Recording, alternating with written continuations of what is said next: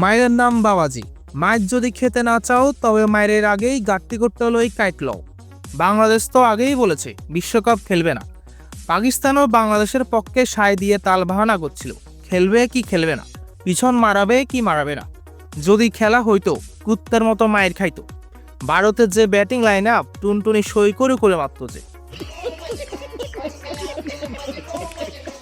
ভাগ্য ভালোও বেঁচে গেছে।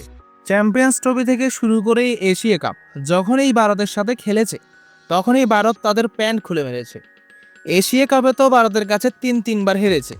বাইরের দেশের মানুষের গালি তো খাচ্ছিল, একসময় তো নিজের দেশের মানুষও গালি দিচ্ছিল।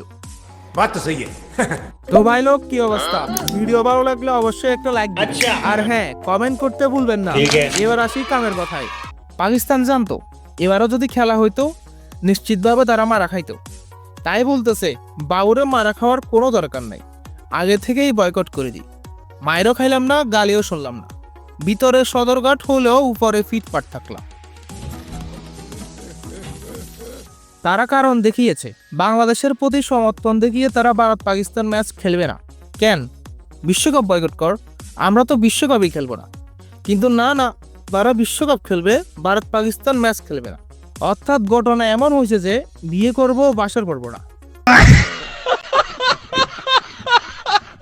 তো আজকে এটুকুই। যত গ্যাঞ্জাম ক্যাচাল প্যাচাল সব নিয়ে কথা হবে কাল। আর হ্যাঁ, চ্যানেলটা সাবস্ক্রাইব করে দিও।